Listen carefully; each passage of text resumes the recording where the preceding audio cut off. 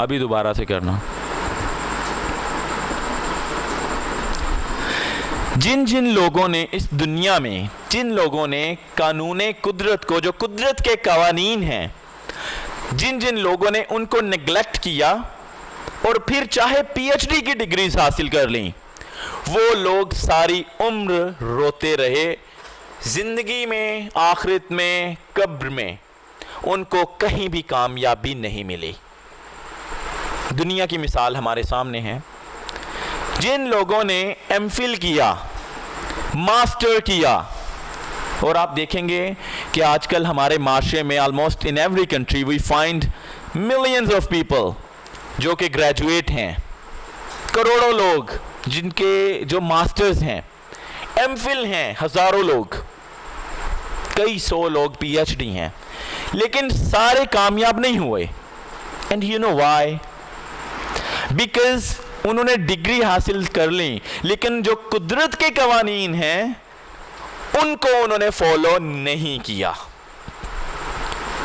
And you will find many others जिनके पास ना PhD की डिग्री है, ना एमफिल की डिग्री है, ना मास्टर, ना ग्रेजुएशन, ना एफए, और यहां तक कि मैट्रिक भी नहीं है कुछ लोगों के पास, but they went where no other person dare to get there.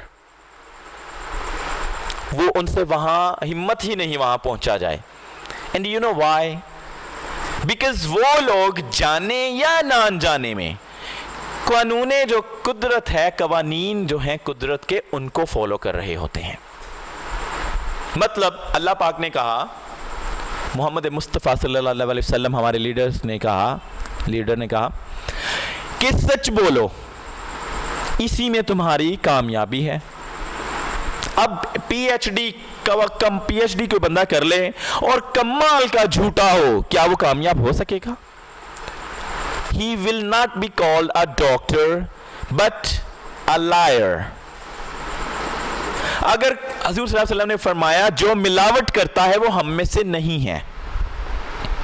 अब जो मिलावट करता है वो तो पहले नंबर पे तो वो मुसलमान ही नहीं है, वो तो हज़ूर सल्लल्लाहु अलैहि वसल्लम की उम्मत में से ही नहीं है।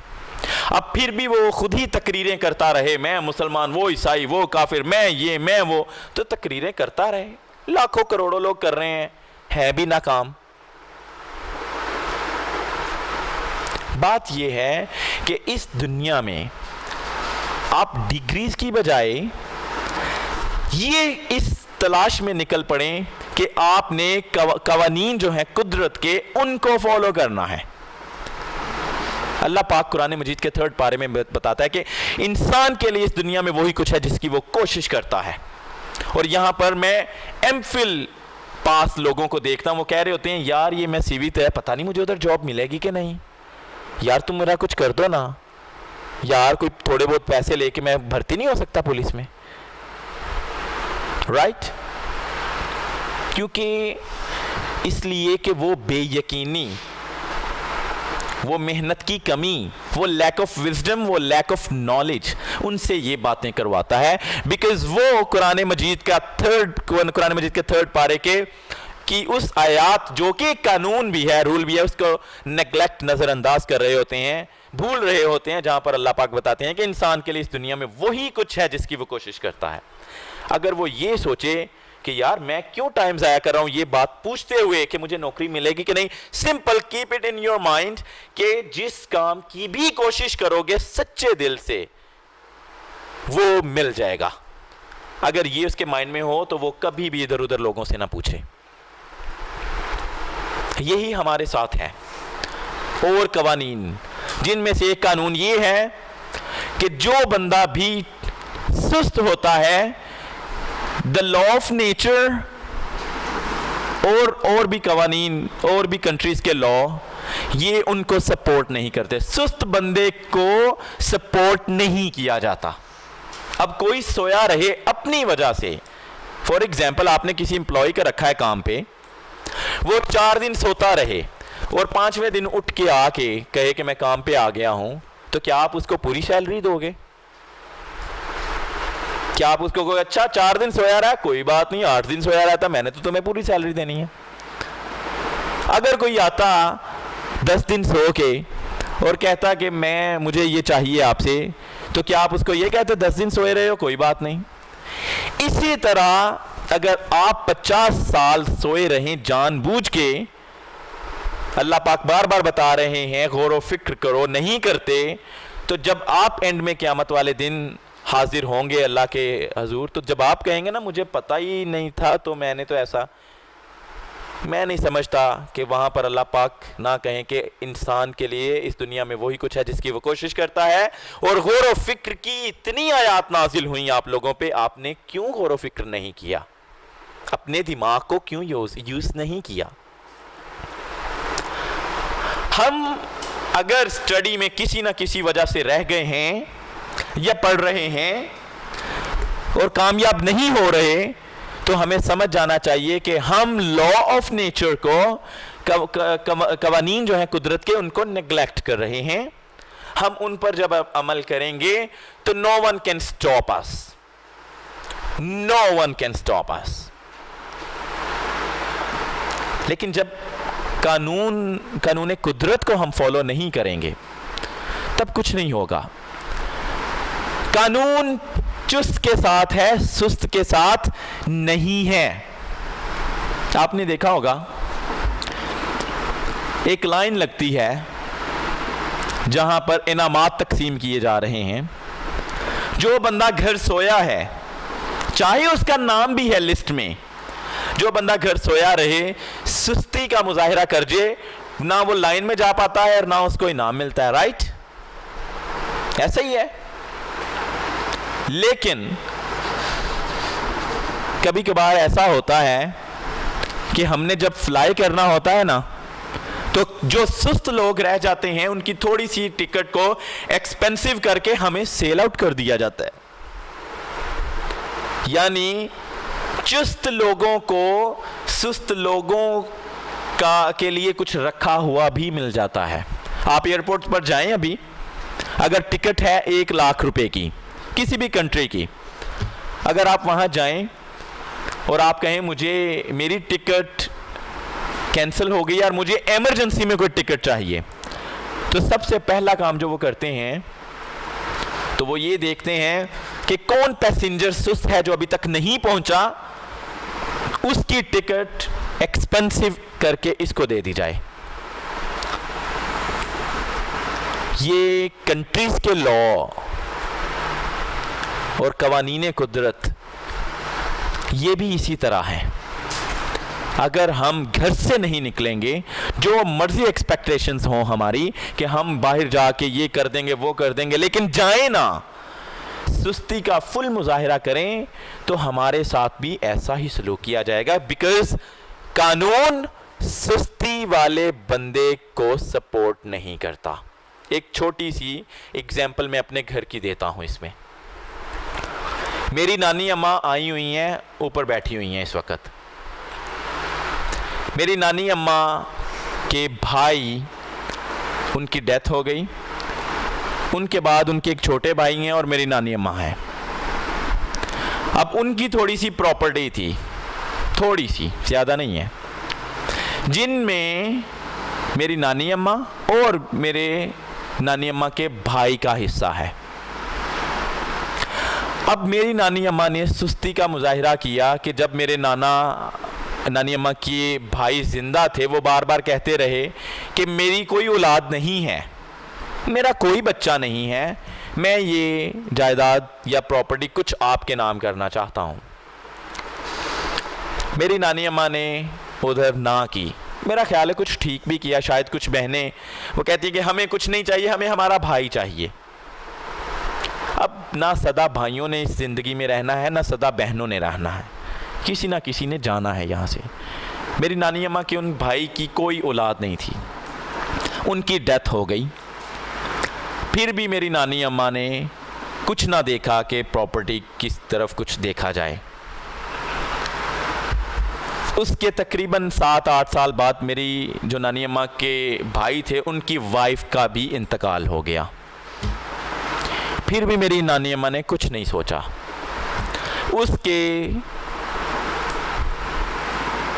तकरीबन 4, 5, 6 साल बाद अब प्रॉपर्टी तकसीम होने का टाइम आया। जब मेरी नानी अम्मा के जो भाई रह गए हैं छोटे, वो जब अपनी औलाद में देने लगे, तो तब मेरी नानी अम्मा के शायद बच्चों ने कहा होगा कि भाई आपकी भी बनती है तो आप भी लें। वो कौन सा कोई आपको पूछते हैं या बड़े क्लोज हैं जो आप कहें कि चले खैर है। उन्होंने तो 20 साल से आपको देखा भी नहीं है। तो जो शरीयत कानून इस्लाम के मुताबिक जो आपका हक आता है एटलीस्ट वो लें। फिर कुछ इस तरह का हुआ कि उनको इंसिस्ट किया गया। मेरी जो नानी अम्मा के भाई हैं वो अपने किसी एक बच्चे को देने जा रहे थे जायदाद, दूसरे को नहीं देना चाह रहे because of any personal problem, घरेलू कोई भी मसला हो, उसकी वजह से उन्होंने जाके कहा कि आप अपना लें और हमें सेल आउट कर दीजिएगा। तब जाके ख्याल आया मेरी नानी अम्मा को, अच्छा वाकई मेरा हक बनता है, अब मुझे चले जाना चाहिए, इसके बारे में कुछ करना चाहिए। फिर मेरी नानी अम्मा आई। मेरी नानी अम्मा ने किसी से मशवरा नहीं किया, अगर किया है तो मुझे उसका पता नहीं है।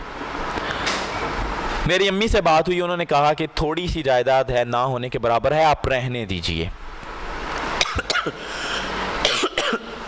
लेकिन पता नहीं क्या था, मेरी नानी अम्मा ने कहा कि नहीं, उसने 20 साल मुझे नहीं बुलाया मेरे छोटे भाई ने, तो मेरे बड़े भाई का हिस्सा है, उसमें मेरा हक है, तो मैं तो लूँगी। मेरी नानी अम्मा, वो जो मेरे नानी अम्मा के भाई हैं, उनके जो 2 आगे बच्चे हैं जो आपस में लड़े हैं, और वो मेरी नानी अम्मा के भाई कहते हैं कि मैंने एक को देनी है, दूसरे को नहीं देनी, उनके साथ चली गई कि वो कानून के मुताबिक उनको उनका हिस्सा दिलवाएंगे। वो चली गई अदालत और एक स्टाम्प पेपर पे उन्होंने एक स्टे लगवाया कि मेरा भी हिस्सा है, मैं भी मालिकन हूँ। किसी को साथ नहीं लेके गई, इनफैक्ट हमें भी किसी को नहीं बताया, चली गई। और उधर जाके हुआ ये कि उन्होंने आईडी कार्ड लिया, अंगूठे लगवाए, स्टे भी लगवा लिया, और साथ में मेरी नानी अम्मा के वो जो भतीजा है, साथ में उसने उनके आईडी कार्ड पर स्टैम्प पेपर निकलवा के ये भी लिखवा लिया कि जो उनका हिस्सा निकलता है वहां से, ये इन्होंने मुझे सेल भी कर दिया है 10 लाख में, यानी 10 लाख रुपए ये रिसीव कर चुकी हैं। इन्होंने 10 लाख रिसीव कर लिया है, जो वहां से उनका हिस्सा आता है ये हमें सेल कर दिया है। सिर्फ 2 लाख रह गए हैं, और वो 2 लाख जो 12 लाख की प्रॉपर्टी है, वो 2 लाख अगर ये हमें कल को रजिस्ट्री ना करके दें तो इनके खिलाफ कानूनी कार्रवाई की जाए। और मेरी नानी receive not a single penny, 1 रुपया भी नहीं लिया। मामला गुजर गया, किसी को कुछ खबर नहीं। लेकिन उन पेपर्स की कॉपीज में से कुछ 1-2 कॉपी मेरे मामू भी साथ में गए, उन्होंने भी ना किसी और को पढ़ाया, ना खुद अच्छे से पढ़ा, उन्होंने भी अंगूठा लगा दिया एज अ गवाह कि यस मेरी मां ने पैसे लिए हैं। इस कदर सुस्ती का मुजाहिरा, हालांकि पता है कि उनके भांजे पढ़े लिखे हैं, दुनिया में उन्होंने कोई 4 दिन धक्के खाए हैं, they know more than, but उन्होंने कि ये हमें कोई इस तरह का मशवरा दे रहे हैं कि रहने दें, तो हमने तो लेना है, या हम इनको क्यों इस तरह के छोटी मोटी घर में जो नाराजगी होती है उनकी वजह से। यानी बेटा गवाह बन गया है कि मेरी उसकी मां ने 10 लाख रिसीव किए, हालांकि उसने 1 रुपया भी रिसीव नहीं किया। अब फंस गए। अब यहां पर भी कानून कुदरत किसकी हेल्प कर रहा है? चुस्त की, ना के सुस्त की। उन्होंने सुस्ती का मुजाहिरा क्यों किया इतने साल? ठीक है, उनके साथ ज्यादती हुई, ज्यादती वाले को तो अल्लाह पाक उनका सिला देंगे, बट सुस्ती वाले के हिस्से में भी कुछ आता है।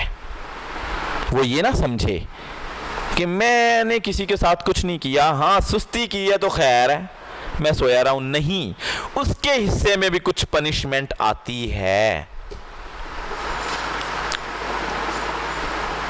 उसके बाद एक कॉपी, वही जो स्टैम्प पेपर जिसमें 10 लाख रुपया रिसीव हुआ, और मेरी वो नानीमा के शनाख्ती कार्ड से स्टैम्प पेपर निकला है। वो ये भी नहीं कह सकती कि मैंने इन्होंने पास से लिख लिया, नहीं, उनके शनाख्ती कार्ड यूज हुआ है, उनकी पिक्चर लगी है, उनका अंगूठा लगा है, उनके अपने बेटे का एज अ गवाह अंगूठा लगा है कि यस उसकी मदर ने पैसे रिसीव किए हैं। पक्का काम। फिर उसके बाद ये हुआ, घर आई, कोई 1 महीने बाद, एक नहीं मेरा ख्याल 2-3 महीने बाद मेरी मदर ने पूछा कि अच्छा जो आपने वो किया था कोई इसके पेपर्स वगैरह हैं, दिखाएं, हैं क्या। फिर उसकी एक कॉपी निकली कि ये कॉपी है। जब वो कॉपी पढ़ी गई, कॉपी मिस नसरीन ने पढ़ा उसको, तो all of us were shocked. पूछा कि रानीमा आपने, ग्रैंड मदर मुबारक हो, आपने तो 10 लाख रुपए रिसीव कर लिए भाई। उन्होंने कहा क्या कहा आपने? 10 लाख? मुझे तो 10 रुपए भी नहीं मिले। ठीक है, यहाँ पर लिखा हुआ है, आपके साइन है, आपके शनाख्ती कार्ड की कॉपी लगी हुई है, और ये स्टैम्प पेपर आपके आईडी कार्ड पर निकला है, आपका बेटा भी गवाह है इसमें। अब कानून के लिहाज से वो फंस चुकी हैं। 420 68 71 420 68 का पर्चा,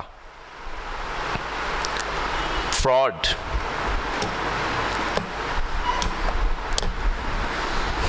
अब हम क्या कर सकते हैं? जब किसी को इश्क हो जाए अपनी जंजीरों से, तो हम क्या कर सकते हैं? जब कोई कानून कुदरत के अगेंस्ट चले, तो हम क्या कर सकते हैं? या श्योर, एग्जैक्टली।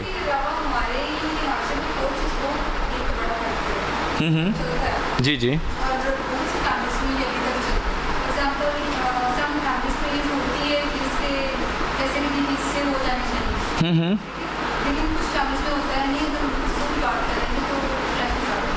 एग्जैक्टली। मुरव्वत में मारे जाते हैं। एग्जैक्टली, आते ही नहीं हैं। तो उसमें मारे भी जाते होंगे कई लोगों के। हाँ हाँ, देख लें।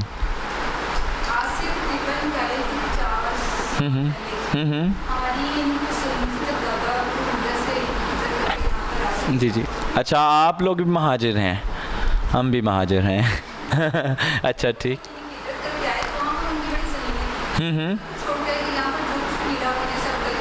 ठीक है।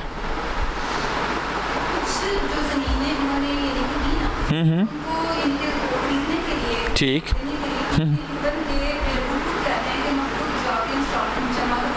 अच्छा। हाँ।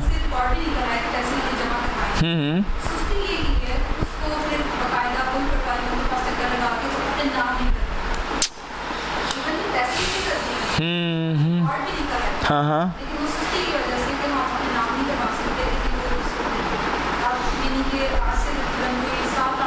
यानी जब आपके फादर की नहीं तो आपका क्या हुआ वहाँ से?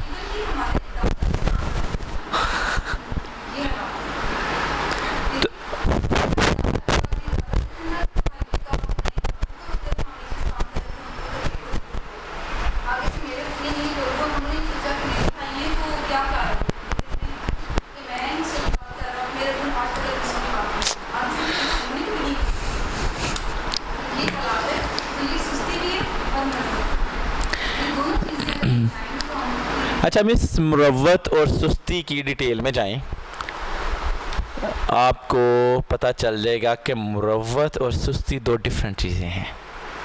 अगर डिटेल में जाएंगे तो पता चलेगा, वैसे नहीं चलेगा, मिक्सअप थोड़ी हो जाती है ना।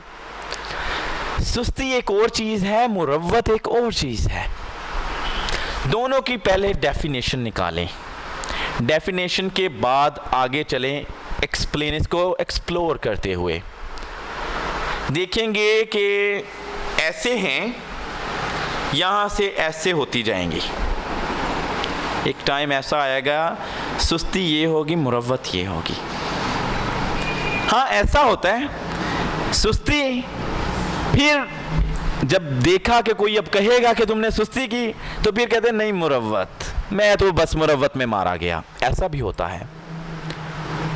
फिर ये भी होता है, होती सुस्ती है, फिर कहते हैं नहीं मैं तो उसका ख्याल करता रहा। तुम जितने सगे हो उसके हमें पता है, तुम उसका ख्याल नहीं करते रहे, तुम सोचते। और किसी जगह फिर मुरव्वत है, जब मुरव्वत होती है ना तो फिर इंसान को पछतावा नहीं होता मोस्टली, बस फिर मुरव्वत है।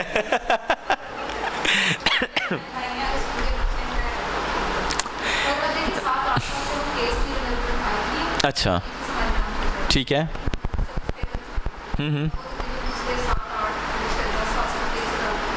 चल रहा है।